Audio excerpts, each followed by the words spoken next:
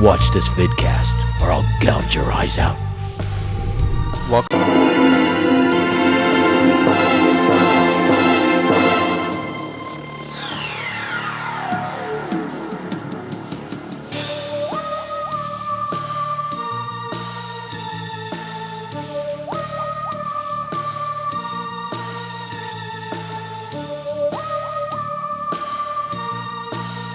Welcome back, horror hounds, to Ghostman and Rivera's Horror Show Podcast. I'm Mike Ghostman Pickle.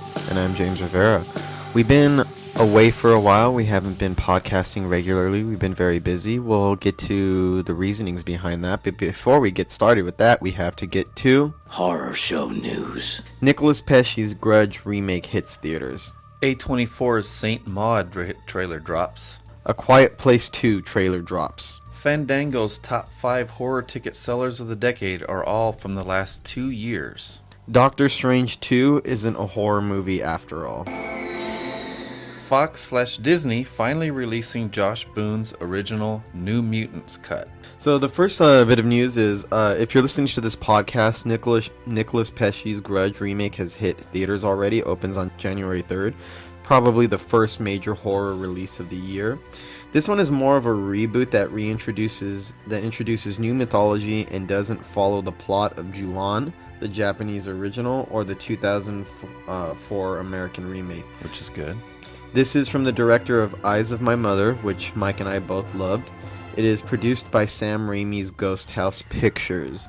We didn't really get an opportunity to discuss it because we weren't supposed to, but Mike and I actually got to see an early screening of the Grudge remake last year. Yeah, it was very early, quite a few months ago. Yeah, and we both enjoyed it very much. I had a few small problems with it over here and there, but overall I thought it was a very good horror movie, and I liked the way that it modernized it a little bit, and I liked that it was an R-rated horror movie, so they were able to push the boundaries a little bit more. Yeah. And of course, if you've seen Eyes of My Mother, you wouldn't expect that director to go in a PG-13 direction like the original American remake did. Since we weren't supposed to talk about it, I won't say what my complaints were. The complaints I did have were minor from the cut that we seen, but I'm anxious to see if they changed any of it at all. Yeah. It was pretty gory.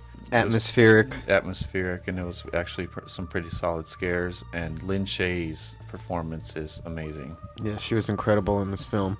So we'll be discussing that on the podcast very soon, our comparisons with the original cut versus the one that is getting released theatrically. So we have a couple trailers to play this week. The first one is another A24. We're actually going to talk about another A24 movie, a horror movie that we watched this week later on. But this one is A24's Saint Maud. Here we go. Dear God, your presence graces the air, and soon everyone will see you. I already get a bit of a Carrie vibe from this. Yeah. Yes, hi. It takes nothing special to mop up after the dying. You're prettier than what? Obviously another elevated horror film, which some audiences will love and some will hate. You can already tell it has good camera work. From the studio that brought you The Witch, Hereditary, and Midsommar, 3 excellent horror films. You get a response. Oh, it's like he's physically in me. It's how he guides me. My little savior. She's being consumed by some type From of director Rose Glass. I thought that was you. Another woman director, nice. You're still nursing? Well, I know what happened. All the good girls go to hell. Some Billie Eilish in the trailer. Yes. I just want to see you loosen up. I've got more important things on my mind. Looks like it has a creepy vibe. Here's my little savior. Maud, he is There's a new Suspiria type of vibe to it. I get that off of this too. Comes easy. This spring. She's witnessing all types of weirdness. Don't say I didn't. She made Beer glass. She made some type of cyclone, some kind of in her beer glass. Looks like it's sacrilegious too. Ow. I feel fuller of your love than She's putting like nails in her shoes and walking on them. But it looks like on images of Jesus. Yeah. Personal sport. Oh, yes, of course. This is life and death on another level. Somebody's floating in the air. It's definitely supernatural. What if I'm getting it all wrong? She just got splashed in the face with blood. Saint Maud. Your Savior is coming spring 2020. That looks really good. Yeah, it I'm does. excited to check it out. And it doesn't give away too much either. I just get the general vibe off the trailer of what the movie is going to be like. It doesn't seem to give away too much of the plot. Yeah. Just little drops, hints here and there. So what is our next trailer, Michael? Our next trailer is for A Quiet Place Part 2. Perfect. Directed by John Krasinski, I presume. Yeah. All right. So And this also stars Emily Blunt. Day one. So it looks like we're going back to the beginning of the story. Emily Blunt's driving in the car with her kids.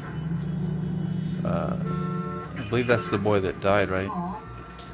I can't tell. See, this looks like a prequel to me because it looks like the first time they've seen these monsters on the road.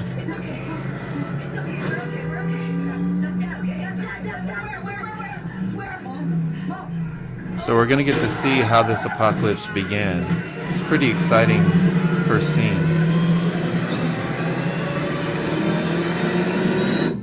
Imagine that didn't make it into the movie. It's just in the trailer. Yeah. Wouldn't be the first time. So they're obviously going to go back to the beginning and then jump to where we left off from part 1. Looks like it might pick up right from where the first one left off. The little family without John Krasinski is going to brave the wilderness. Oh no, don't make that noise. And there's a booby trap. Which makes a noise, which brings the monsters. I can already tell this one's going to have more monsters. Hopefully it has more backstory as well. Yeah. It looks like it's going to have more of both. More backstory and more monsters. CGI. I don't know why you came all the way up here. There's nothing left. Cillian Murphy. There are people out there worth saving. That's a good choice. More monsters. Cillian Murphy looking haunted and scary. Like he knows something about the origin of these creatures. Yeah. People that are left. They're not the kind of people worth saving. That was Cillian Murphy speaking. Yeah. Part 2. A Quiet Place. This one was also written by John Krasinski. So it looks like Doctor Strange 2 isn't going to be a horror movie after all. I always knew it was bullshit anyway. I'm like, Accor- come on. According to producer Kevin Feige, I wouldn't necessarily say that's a horror film, but it is, as Scott Derrickson, our director, has pitched it. It'll be a big MCU film with scary sequences in it. I question how scary their idea of scary actually is. The way when I was a kid in the 80s, Spielberg did an amazing job. I mean, there are horrifying sequences in Raiders that I, as a little kid, would cover my eyes when their face melted. Or Temple of Doom, of course. Or Gremlins. Or Poltergeist. These are the movies that invented the PG-13 rating, by the way. It's fun to be scared in that way, and not a horrific, torturous way, but a way that is legitimately scary because Scott Derrickson is quite good at that, but scary in the service of an exhilarating emotion. A lot of long-winded bullshit, and sounds like Kevin Feige really doesn't know shit about horror, which doesn't really surprise me, given the types of films that he's been producing. So I never had high hopes for that anyway. But what does the director say? Director says, Scott Derrickson, who, by the way, directed The Exorcism of Emily Rose and Sinister. He said, if I'm going to do it, it has to go into the territory that drew me into the Doctor Strange comics in the first place, which is how they dipped into the gothic and the horror and the horrific, and we're going to make the first scary MCU film. I highly doubt that. As much as I enjoy a lot of the MCU films, they're kind of mass-produced, mass-marketed movies. They all share the same style. apart from Guardians of the Galaxy, none of them seem to put too unique of a directorial stamp on their films. Yeah. They have a very uniform, well put together look, but it's not personal enough for my taste. And I doubt that that type of environment, the way that they like to produce these movies, is going to be good for scares or for horror. I just don't see it. And then the first Doctor Strange struck me as kind of goofy in a lot of ways, so I don't see a natural transition happening with this. Well, this one is losing my interest quick because I was interested because I like the director. I like Scott Derrickson a lot, and I thought with what I seen from the first one that he had room to do some horror stuff with this. And then they came out and said that it was going to be a horror film, but I still hadn't heard anything from Scott Derrickson yet. And then now we're hearing this stuff from the producer, but we're still not hearing anything solid from the director, because this quote seems like it was before when he first got the film, because he says, if I'm going to do it, it has to go into the territory that drew me into Doctor Strange. But Disney is very notorious with the Star Wars franchise and with their Marvel films for trying to conform to a certain set of standards. And a lot of directors who have wanted to put more unique stamps on the material have left or walked away from a lot of their projects due to the type of quality the control that they exert on their films. And I'm beginning to see a pattern here.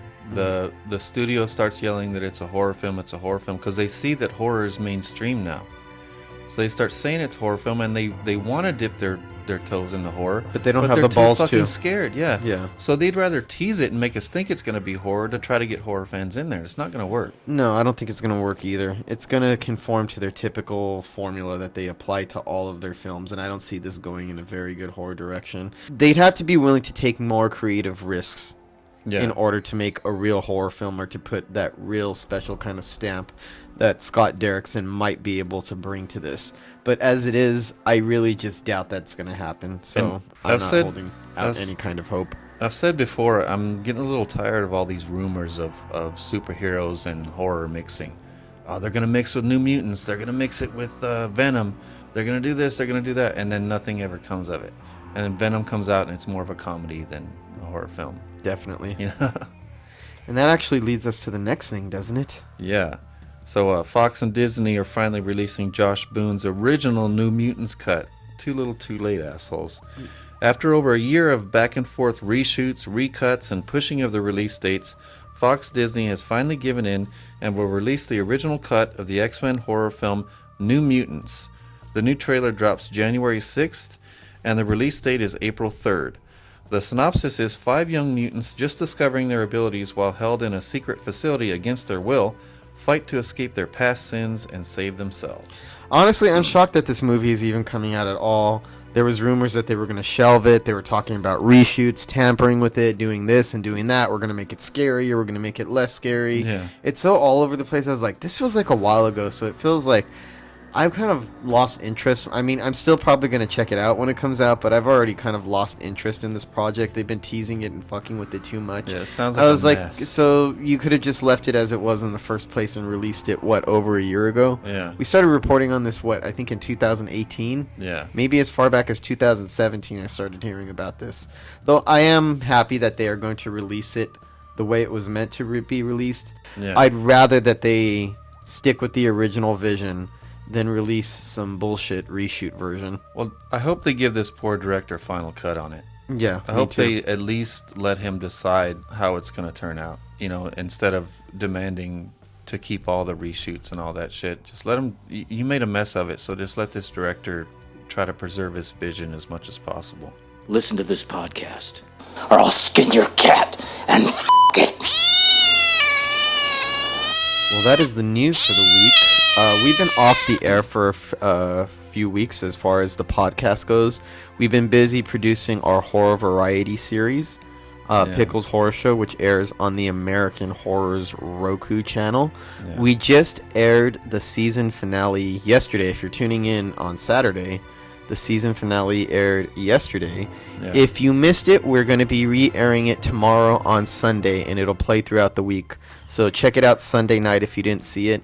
and tune into the American Horrors channel. And Els, it's not just that. It's the holidays have been caught us off guard. We've been pretty busy catching up with family, catching up with friends, so Because it's a little bit different lately. We were faced with finishing the season right in the middle of holiday season. Which was not easy. I feel like they came out good. I was very proud of our Christmas special. And by the way, late Merry Christmas to our audience. We wanted to do a podcast about Christmas horror movies, but we got a little bit wrapped up in other things. Yeah. So we hope you all had a nice Christmas. And a Happy New Year And a Happy New Year. Yes, Happy New Year to our audience as well. And since we had our last podcast, I had my birthday as well, just before Christmas. And that was pretty eventful. We went to see Ed Wood. It was a double feature with Ed Wood and Dolomite Is My Name. It was at the historic Aero Theater in Santa Monica. For those who don't know, just those who don't know, Ed Wood is a Tim Burton film from 1994. It is, in my opinion, the best film that Tim Burton has ever directed. Mine too. It revolves around the legendary, for all the wrong reasons, filmmaker Edward D. Wood Jr., Yeah. who, until Tommy Wiseau was accused of being the worst filmmaker of all time, with such cult classics as Plan 9 from Outer Space and Glen or Glenda. Yeah. He did a lot of films with Bela Lugosi as he was washed up, and he's a big part of the horror genre, for better or for worse. Yeah. And as bad as his films were, I do enjoy them. I think they have a certain personality and a certain spirit that's infectious, no matter how poorly conceived any of them are. And for me, the movie is about the story of Ed Wood, but for me, it's just as much about the story of the friendship between Ed Wood and Bela Lugosi. The original Dracula. Yeah, in his last years, and just played brilliantly by Martin Landau. And it also has Vampira as a character in it, so if though it's not a horror film, I feel that fans of the horror genre, especially fans of the history of the horror genre, would really appreciate Ed Wood, because it delves a lot into figures of the past and important people who played a part in the horror genre. And it was really inspiring to see it in its old historic theater, and then to have the screenwriters were there and they talked to us between movies. And Dolomite Is My Name was a surprisingly fitting double feature with Ed Wood. A lot of the stories had parallels, and they were both passionate guys, you know. I actually really like Dolomite Is My Name as well. I thought and we're getting a little off the horror subject, but that's okay. I think it's probably Eddie Murphy's best performance in decades. Yes. The best he's been on screen in a long time. It has some of the spirit of Ed Wood, and you could tell that it's written by the same people with this similar type of trajectory. Yeah. And if you're into the history of films or B-movies or exploitation films, you really do need to check out Dolomite Is My Name. You need to check out both of these. They're both really both films are very well worth seeking out. Yeah, so I left the theater feeling really inspired and uplifted that night. Before that, we went to this really cool place. If anybody lives in the LA, Santa Monica area, you have to check out the Misfit. We had dinner and drinks there. It's like bar food, you know, not like a full-on restaurant. Like really good gourmet bar food, and some really good drinks. A lot of good craft beers, a lot of good special cocktails and all that. And it's in an old clock tower, so it's really cool atmosphere and everything. So we went out to the Misfit and then did the Ed Wood Dolomite double feature. So that was a really cool birthday. That was on the 14th. And then James mentioned our Christmas special was on the 20th. It broke all the viewership records once again, with about 150,000 viewers just on Christmas Day. Yes. So it aired on the 20th and then aired again on Christmas, and then we broke all the records. So 2020 is shaping up to be a great year for the horror show and for this podcast and for everyone involved. We had a much-needed break to recharge our batteries. Yeah. We watched a lot of movies, but surprisingly, we watched very little horror Yeah. in the meantime. I got to catch up It's on sad. some of the more regular movies, like Uncut Gems with Adam Sandler, which was actually really good. Highly recommended. Really go check it out. It's worth seeing. And I saw Star Wars: The Rise of Skywalker, which I loved, which a lot of people are hating right now, and I don't know why. I actually liked it more than anything since the original trilogy. That's a bold statement, Michael. Shut up. I loved it. I have not seen The Rise of Skywalker yet. It's everything I liked about Star Wars, and it had none of the things that made me venture away from it. which has been the last 5 movies. If you missed our Christmas special, you must check this out. You'll be able to see it in some marathons we have coming up. So if you want to know about any marathons we have coming up of both season 1 and 2, then check out our Facebook page, facebook.com/Pickles Horror Show, or on Instagram @Pickles Horror Show. But the Christmas special is one that I'm most proud of the season.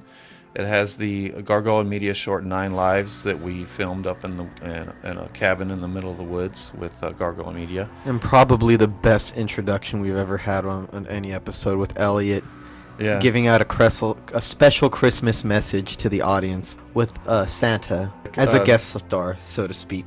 What did I tell you, Tubby? I have a permanent place on the naughty list, so you get your sack back up that chimney, or I'll slice it open. And then we had the Horror for Teens, Silent Night, Deadly Night. That was one of our best Horror for Teens, I think. We'll also be discussing that film in the podcast very soon. We finished the Horror Show Christmas episode with Elliot teaching Sid to kill.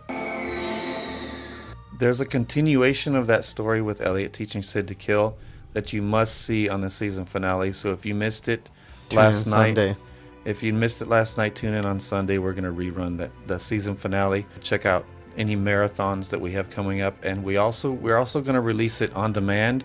So you're going to be able to rent any episode from season 1 and 2. So look out for that.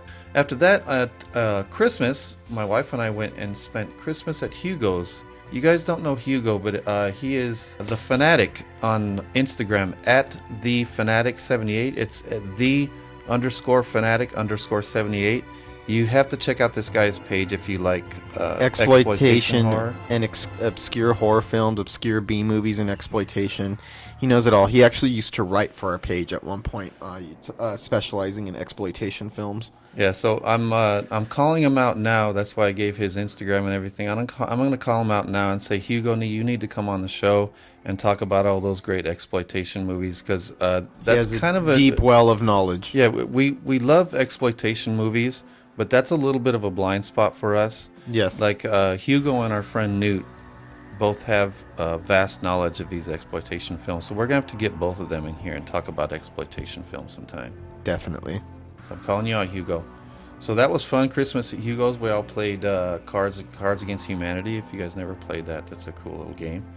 And then we had New Year's Eve here at my house. We call it the Pickle Jar. If you listen to the podcast, you're familiar with our friend Newt, who's also friends with Rebecca McHenry and the Shockwaves people. He also shows us a lot of horror events in the area. Our friend Yayi came over, who has her acting debut on our season finale. So we got together at my house and played Mixtape Massacre. That's what we've been doing while we've been off. And we've also been watching a few things. The first movie I watched of the year was The Holy Mountain by Alejandro Jodorowsky, which is not a horror movie, but it is one of the fucking weirdest things I've ever seen. I've been wanting to see it for years. It did not disappoint. Caught me a little bit off guard. I need to rewatch it, but the first movie I watched this year was The Holy Mountain. You've seen that, right, Michael? Yeah. Fucking I love Jodorowsky. One of the strangest films you've ever seen. So it's not a horror movie, but if you like really deeply strange surrealism and mysticism, check out The Holy Mountain. You can rent it on Amazon Prime. Before we get to the movies we've watched over these past couple weeks, I just wanted to let you know our upcoming podcasts. We're going to be doing, don't worry, we are going to do our best of 2019, and we also have our best of 2010s coming up. But first, next week, we're going to do the best of the upcoming 2020 horror. Yes, we're going to give you a preview of maybe not all, but a good amount of the horror movies that will be opening up this year. Yeah, and then the week after that, we'll do our best of 2019 list. And then probably a couple weeks after that, we'll do the best of 2010s, because we still have a few more we have to see. You're listening to Ghostman Rivera's Horror Show podcast. So the big film that we caught up on was In Fabric, the latest horror film from A24. I really liked this movie a lot. I have some problems with it. It's not perfect, and I feel like the second half suffers in comparison to how good the first half of the movie is. Yeah. Actually, I'd say it's more than the first half. I think the film divides itself into two stories. It's directed by Peter Strickland, It's a very retro-feeling movie. It's a throwback to Giallo films. It has a very heavily Dario Argento-influenced aesthetic to it. And the director also wrote it, and you can tell it's a singular vision, too. Yes, so despite some of my problems with it, I have to say I was very impressed with the film overall. It splits up into two different stories. It revolves around this mysterious red dress that seems to be drawn to people who are very sad human beings or people with very sad souls. Yeah. And the first story revolves around a woman named Sheila, played by the excellent Marianne Jean-Baptiste.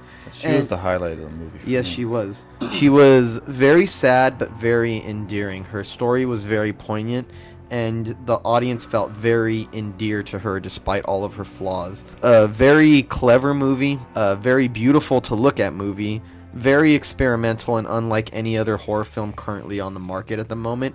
And I'm actually surprised that a movie got made in today's day and age, because it really feels like a true throwback to 1970s horror cinema. Yeah, it does. It was really atmospheric from the beginning. Yes. And some other standouts were Fatma Mohammed as Miss Luckmore, the sales representative. Yes, she is the one who sells this mysterious red dress to unassuming customers. Yeah, and she's a Romanian actress. She has a really cool presence, creepy and funny at the same time.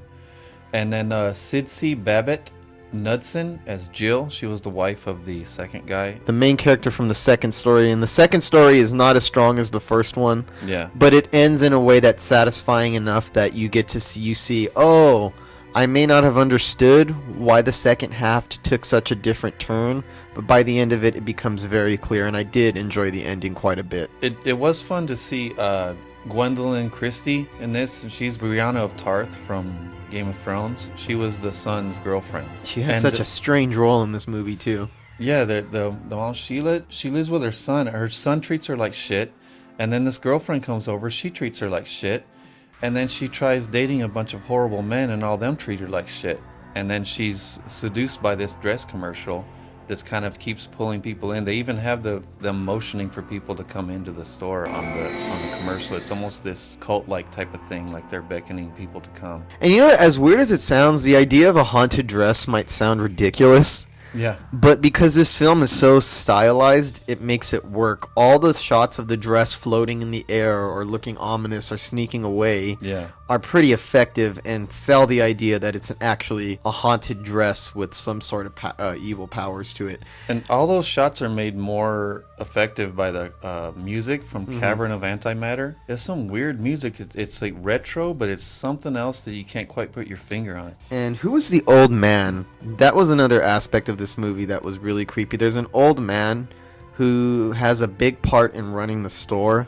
Yeah. Though it's unclear what exactly it is that he does. Yeah.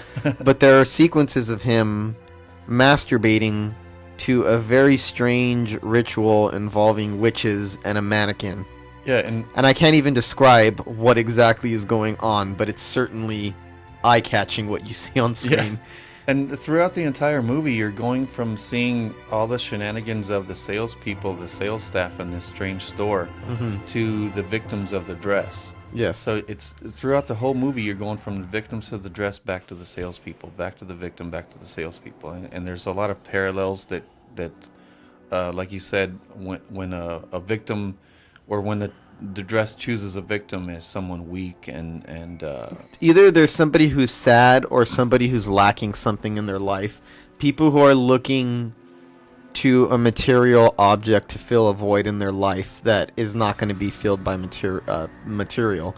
There's another interesting thing about this movie. I'm pretty sure there's some social commentary going on in here. Yeah. Although I'm not 100% clear on what it is, but there's too much stuff that's intentional.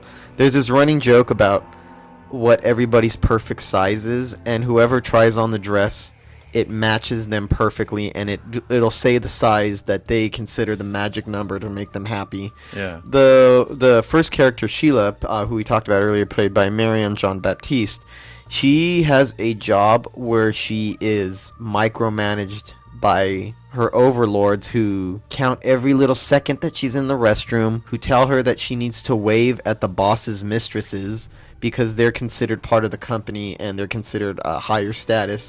They control her to the point where it's almost enraging. It makes for some pretty good comedy, so there's definitely a message here going on, although I think I'd have to see it more times to completely parse out the full message of what's going on. But there is something there. Consumerism and greed and class divide.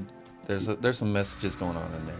But I think it's hard to digest them all in one sitting. It's buried in a bunch of weirdness. Yeah, it's buried in unbelievable style. And what about those montages? I know. They're these inexplicable montages. What's going on in those montages? There's like still pictures of dress. As they splice in between the sales staff and the victims, you see these like cut and paste pictures of random people shopping and just this consumerism type of imagery. And it makes it seem very disturbing and sinister, even though there's nothing really scary about these pictures. It's just the way that they're edited together and the music makes it seem really dark. And then there's that sound that's throughout that I loved. It's a sound of a hanger sliding across a metal rod. And you keep hearing it from inside the closet, like the dress is moving around and they're trying to get out. And it ends up being kind of a sound motif that keeps coming back up in the movie. And it kind of gives you a little creepy feeling every time. I think the second story didn't work quite as well. Though there was enough really good moments in the second story to keep me invested overall. And the way that the last, I'd say 5 to 10 minutes of the movie, the way that it wrapped up, made it very clear why the movie was designed the way it was, and you start to understand the parallels, and you start to understand the purpose of it. Yeah. So it ended up redeeming it for me by the end. So second half is a little flawed, a little bit wobbly, but still stylish, still a lot of good stuff going on in there, still some impressive scenes. It wasn't enough to do significant damage to the movie for me, but it is a little bit flawed in that regard, where I feel like the first story is much more satisfying as its own narrative than the second story is. Yeah, the guy's wife in the second story is what kept that one interesting for me. The guy inadvertently gets the dress put on him because his asshole friends put it on him during his bachelor party.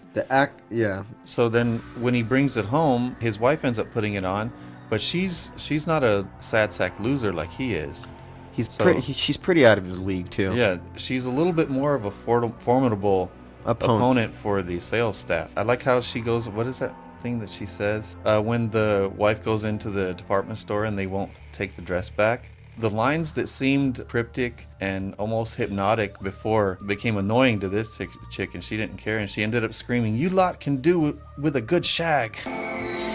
So it was funny seeing the contrast of, you see this sales staff get a hold of impressionable people and break them down. Mm-hmm. And then you see them try to deal with this chick, and she was not having it. It's like a coven of witches, I'm guessing, and then they prey on people who are looking to fill the voids in their lives. Yeah, and I was kind of mesmerized by Miss Luckmore, because she'd say stuff like, "Dimensions and proportions transcend the prisms of our measurements." Her dialogue was so bizarre that it was hard not to be captivated by it, because she spoke in riddles and metaphors, and you could tell that she took the idea of shopping for a dress to a grand level where it was a metaphysical event. It means so much more than just shopping for a dress. And you have to have a good actor to be able to deliver that type of over-the-top dialogue that doesn't really resemble reality at all. Yeah. It kind of confused me at first because the different things started happening with the guy when he got a hold of the dress than what happened with the lady at the first of it. Like, he was. It's also because the second character, what they share in common is that they're both sad, but the character that the second story revolves around is a little bit more pathetic. Yeah. So that kind of changes the dynamic a little bit. Some of the happenings and some of the events are really absurd, but the way that it's directed gives it a lot more substance than it does to describe what's going on. The strangeness and the weirdness was really fun for most of it, but during that last story it just got a little too weird for me. I wasn't sure where it was going, and it did come full circle. I did see where all the weirdness was coming from, and I did see why we were shown two different stories. And it actually ended up being extended into 3 different stories of people who were taken in by this store and this dress, and it got a little maddening for me in a bad way by the end, but it did come around full circle, and I ended up liking it. Definitely worth checking out. It's for more adventurous horror movie fans too, I'd say. Yeah. If you're more into the style of horror movies, this really might satisfy you. It doesn't have a typical narrative, And even it's strange, even by the standards of what people usually associate with A24 horror. Yeah. This one has a much more distinctly retro vibe, and it has a more European feel to it. Definitely worth seeking out. Very original, a little bit imperfect, a little maddening in times, like Michael said, but definitely the work of a very singular vision. Indicative of A24 horror films. So check out In Fabric. You could rent it on Amazon Prime. And in the U.S. And let's stop the stigma that a lot of people have with A24 horror films. They think it's elevated horror in a bad way. No, it's in a good way. But no, you can watch and appreciate these films and still enjoy a good cheesy 80s slasher. You know, you can appreciate both kinds. It's not against the horror rules. It's not just stuffy dramatic horror either. There's a lot of cool, strange, crazy shit going on in these films if you'll let them in. They just approach it in a more subtle way. But even though these films approach things in a subtle way like that, they still end up hitting you just as hard as the most intense horror film. Listen to this podcast, or I'll gut you. I rewatched another Christmas horror this year. I watched it with the kids because they did Silent Night, Deadly Night for Horror for Teens. So I watched it along with them and made some notes. It's directed by Charles E. Sellier Jr. and written by Michael Hickey. The standouts in it are Robert Brian Wilson, who plays Billy, the killer Santa, and Lillian Chauvin as Mother Superior, old hag. I was 12 when I first saw this movie, and looking back on it, watching it now, I can't believe I watched it when I was 12. It's highly inappropriate for children, but that's part of what makes it fun. Yeah, it is. It's one of the most mean-spirited slasher movies I could think of, and I think that's part of what makes it so entertaining. Yeah. Is the fact that it knows that it's trashy, and it knows that it's wrong, and it revels in that sort of trashiness. Yeah. And that the fun is kind of infectious. Granted, you're on the wavelength of the movie. And I think also the Christmas setting, which we usually associate with happiness, with coming home to the family, they really take a lot of great Christmas iconography, stuff that we usually associate with happiness and joy, flip it on its head, and make it look very sinister and ominous. And I really like a lot of the camera shots of this movie. I think this movie is a lot more well-directed than people would give it credit for. Yeah, because it's not just a really good Christmas horror film, it's a really good slasher origin story, which you don't get a lot of. It has a more developed slasher origin story, and it takes more time to develop its story.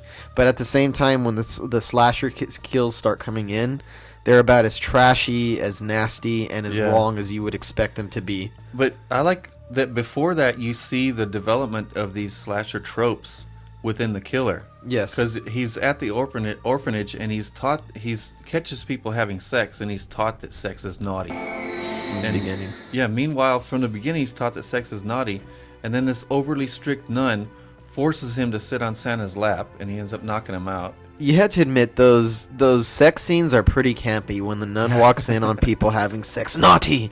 Yeah. And she starts whipping them. Some of the funniest shit I've ever seen in a horror movie always makes me giggle. Yeah. Shut your mouth, or I'll rip your lips off. But it's a really good origin story, and it starts by this little boy whose parents are killed and his mom's assaulted by a guy in a Santa suit. And he grows up in the orphanage and goes through several traumatizing experiences related to Santa and Christmas. And then when he's older, he gets a job at a toy store where he must dress like Santa Claus, and of course he snaps. And you can see it leading up, and no one's bothering to stop it or do anything about it. Even the good nun that helps him at the orphanage, she's the one that gets him a job at a toy store.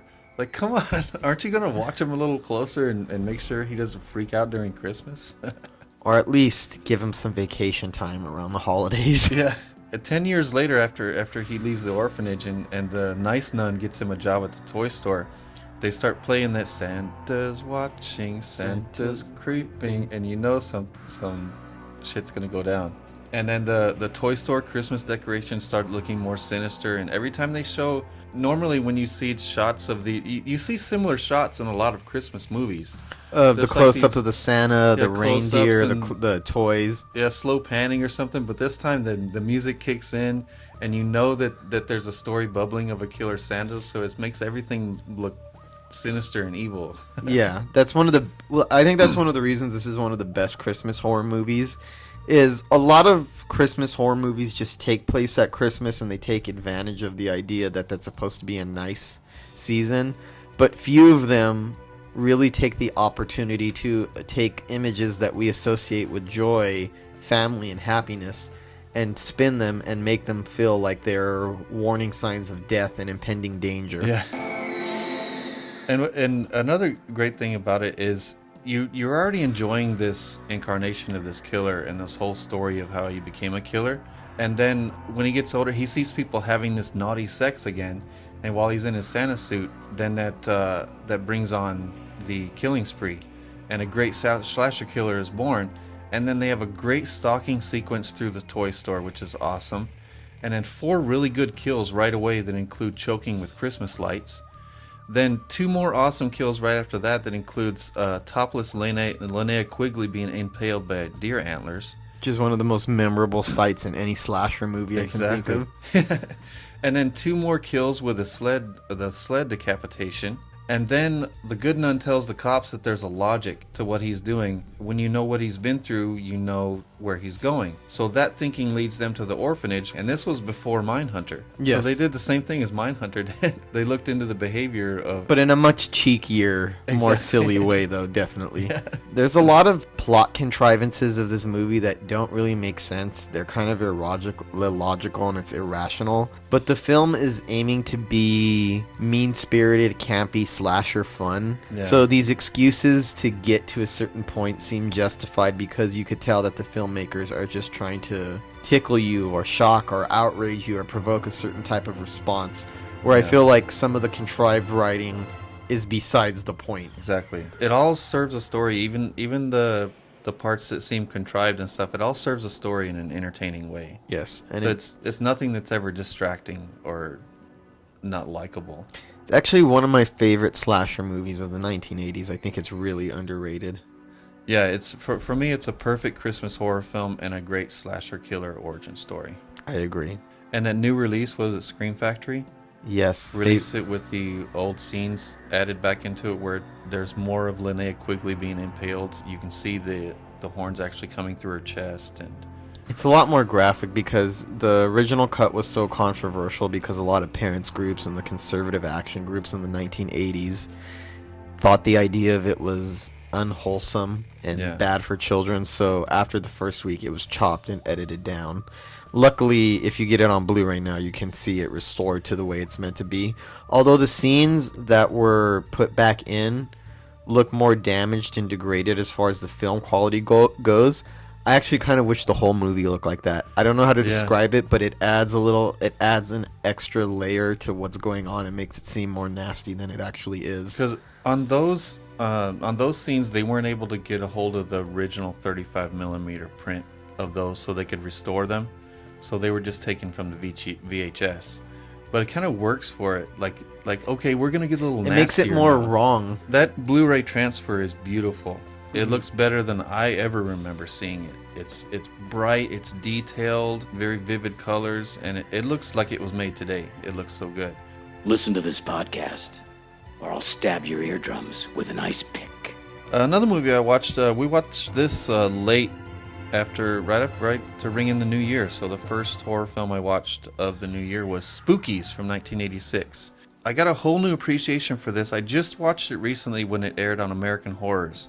And I was so honored that right after our show was Spookies. So they played it on American Horrors, and then they just released it recently, a remastered version of it. And it's about a sorcerer who wants to sacrifice a group of people who come to explore his old house. And he wants to sacrifice them to give his beautiful wife, who does not want him, eternal life. It's a juicy sounding plot. Yeah, but it's totally dumb and over the top. It's kind of disjointed, but it kind of fits the whole thing. Is it campy? Yeah, it's all kind of campy and disjointed. And I found out later the reason why it's sometimes very serious and sometimes very goofy, because it was originally a horror comedy called Twisted Souls that wasn't even finished. And then they seen that there was a potential to finish it a couple years later, so they just filmed a much more new scenes, which added a more serious element to it, and then it ended up making it even funnier. that they try to be serious in the middle of this crazy movie. Because there's muckmen in this thing. There's these big giant monsters who make farting noises all that. They're like big shit monsters. So it's like a B movie. Yeah. Okay. And there's a spider woman that catches people in her web and Not a spider baby. No, devours them and rips them apart. There's an actual Grim Reaper running around with a sickle, killing people with his sickle. There's lizard monsters, zombies, a huge monster with tentacles. There's a demonic possession scene. This movie has it all, and it's all on a low budget where they did not have enough budget to put all this shit in it, but they did it anyway. And holy shit, it's entertaining. That sounds like something I'd want to check out. Yeah, I don't know why this movie is not more popular than it is, but I remember back in the day I would pass it up in the video store so many times, and I didn't watch it till just recent years. So it's good to see that this is getting reissued and people are appreciating it again. Because you gotta love a horror film that throws everything at you like this. So it's just loaded with comic absurdity. Oh yeah. Does it have like a Reanimator type of feel to it? That type of vibe? I wouldn't say that because Reanimator is probably too well made to compare that to. Okay. The Reanimator seems refined compared to Spookies. Okay. But it's got the entertainment factor for sure. Listen to this podcast, or I'll make a jack-o'-lantern out of your best friend's head. Another movie that I saw recently that I've been meaning to discuss on the podcast for a while is another 2019 horror movie. It is the Australian film Little Monsters. It is directed by Abe Forsyth and stars the wonderful Lupita Nyong'o as Miss Caroline and Alexander England as the mediocre Dave. This is the synopsis. A washed-up musician teams up with a teacher and a kids show personality to protect young children from a sudden outbreak of zombies. So that's the plot synopsis for this movie. I found this movie to be lightly enjoyable entertainment, but nothing special. I was a little bit disappointed with how it turned out because I thought Lupita Nyong'o was going to be the main character, and it ended up being the character Dave, played by Alexander England, and he's just not a very interesting protagonist in my view. It seems like this movie took the formula of what an Adam Sandler comedy is, at least the old school ones were like, where it's about some schlubby, mediocre man, a man-child, who is forced to grow up and grow out of their childish ways by meeting a beautiful, stunning woman who is way out of their league and who is just too beautiful and too classy for them. So I didn't see really anything likable about the main character in the movie, Dave, or his attempts to try to woo Miss Caroline as a kindergarten teacher. He goes on a field trip with his nephew to assist the teacher because he has a big crush on her, and she's smart, she's educated, she's classy, everything that he is not. He's boring, he's whiny, he's a little irritating. He's aiming for way out of his league without offering anything in return. During the school field trip, a zombie plague breaks out, and this is how he shows that he grows up and he redeems himself, and he ends up with her by the end of the movie, which I don't feel is a spoiler. It's pretty obvious that that's where the formula is heading. Yeah. And in that regard, it's kind of dumb, it's not believable, and I didn't like him. On the other hand, there is a lot of genuinely funny stuff in this movie. Some of the humor really, really lands. There's a couple of parts that are laugh out loud hilarious. Lupita Nyong'o is luminous in this movie. She helps you get through a lot of it. And there's a lot of inventive gore scenes in here. There's a lot of good zombie attacks.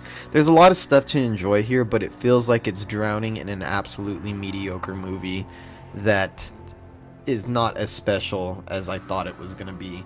So overall, I'm a little disappointed while still being entertained by it. But when you compared it to an Adam Sandler movie, I was thinking formulaic. Yeah, it's formulaic. Very typical Hollywood script. And it's an Australian movie, which makes it even weirder. It's a typical Hollywood script. But like I said, there's a lot of genuinely enjoyable stuff in this movie that it goes down nicely enough. Like, I don't regret watching it, though it's not something I'd watch again. It's worth a look. If you're into a goofy horror comedy, you might want to put it a little up higher on your list, but I've seen goofy horror comedies pull off such concepts much better than this one does. At the very least, the gore is good, and I can't say that some of the humor didn't work. When the humor lands in this movie, it lands very well, and there's at least 2 or 3 scenes that are laugh out loud hilarious, and one that I had to rewind because it was so amusing and so funny and so unexpected. So there's some good stuff going on in here. Not enough to justify what it is, and it feels like it's buried in a movie that should have been better. It sounds to me, I haven't seen it yet, I want to check it out, but it sounds to me like it's like Australian filmmakers doing American tropes very well. You describing it actually reminds me of something else that I seen that I actually forgot that I saw, so I'm not actually prepared to discuss it. I'll probably discuss it next week. It's Anna and the Apocalypse. Oh, okay. So it's like a British movie, and it's a zombie musical, and they take American musical tropes and American zombie movie tropes and do it very well. So as good as the movie was, it's still Felt like familiar tropes done very well. And I know I've seen a lot of people really enjoyed this movie, like really liked it a lot, and I've seen the Shockwaves people, I believe, liked it a lot, and Rebecca McKendry really loved this movie. And I could definitely see why people would like it because it is entertaining, but it wasn't personally satisfying for me enough to consider it a really good horror movie. I'm interested to see what Lupita follows up us with. There's no complaints about Lupita Nyong'o, and I have to give it to her for her two major things this year were an Oscar-winning actress chose 2 horror films to be in. You're listening to Ghostman and Rivera's Horror Show podcast. All right, and besides that, like I said, I'll discuss Anna and the Apocalypse next week. But besides that, I caught up a little bit more on Friday the 13th, the series. I highly recommend this, but stick with it toward the end of season 1. Because there's some really good episodes toward the end of season 1, but there's some bad ones too. One of the really good ones is episode 25, and the next to the last one. It's called What a Mother Wouldn't Do. It's about a cursed cradle. And it's about a woman who makes a pact with the devil so she can have a baby. But once she has the baby, she puts it in this cradle, and then in order for the baby to stay healthy, she has to keep killing people. So if she goes too long without killing people, then the baby starts crying and getting more and more unhealthy. The lady makes her husband go out and kill people for her. So it's a really interesting episode, funny in some parts. It's really exciting. It's one of the better ones. It's one of the handful of better ones from season 1. That was a really good episode, but it was followed by one that wasn't as good. It was still better than, well, let me tell you, it's the same concept of Annabelle Comes Home. So I was wondering why when Annabelle Comes Home, when I first found out what the premise was going to be, I got excited for it because it seemed familiar. And it was because I had seen the exact same premise in episode 26 of season 1 of Friday the 13th, the series. It's called Bottle of Dreams, and it's the final episode of season 1. It's about a cursed urn. Mickey and Ryan, the stars of the show, get trapped in the vault. There's an artifact in there that kind of ignites all the other artifacts. So it's kind of that same concept, but they use it on this one to make it a clip show. The urn releases this gas, and it ignites all the cursed antiques within the vault. And it also puts them in a trance, and it makes them recall all the most frightening experiences of their life. And of course, the most frightening experience of their life are going after these cursed antiques. So they make it into a clip show. So they show all the highlights of different scenes from season 1 as their memories they're being ignited to attack them. So it's kind of a cheesy clip show to end the season 1 with, but I thought it was funny that it had this exact same premise as Annabelle Comes Home. I know that season 2, it becomes much stronger in season 2. Season 1 starts out really strong. Some of the best episodes are in the first half, and in the last half, this What a Mother Wouldn't Do is probably one of the best ones. But hang in there for some of the lesser episodes, because in season 2 is some really good episodes, and I'll be talking about those in the upcoming podcasts. So everybody watch Friday the 13th, the series, if you can get a hold of it. You could probably buy copies of it, I believe, the DVD on Amazon. Yeah. On Amazon. And for anybody who doesn't know, we did say In Fabric you could rent from Amazon Prime in the US. I'm not sure what the other situation is. The Little Monsters is available on Hulu in the US. So if you have Hulu in the US, that's how you'd watch it. All right, and again, watch out for Pickle's Horror Show on American Horrors. We did just finish the season finale of our second season, but you can watch it on marathons that are coming up, and you can see when the marathons are going to be by checking our page at Pickles Horror Show on Instagram or facebook.com/Pickles Horror Show. We'll let you know when the marathons are coming up, and we'll also let you know when the on-demand division of the site opens up, and then our All of our previous episodes will be available on demand. Till next week, folks. Happy horror.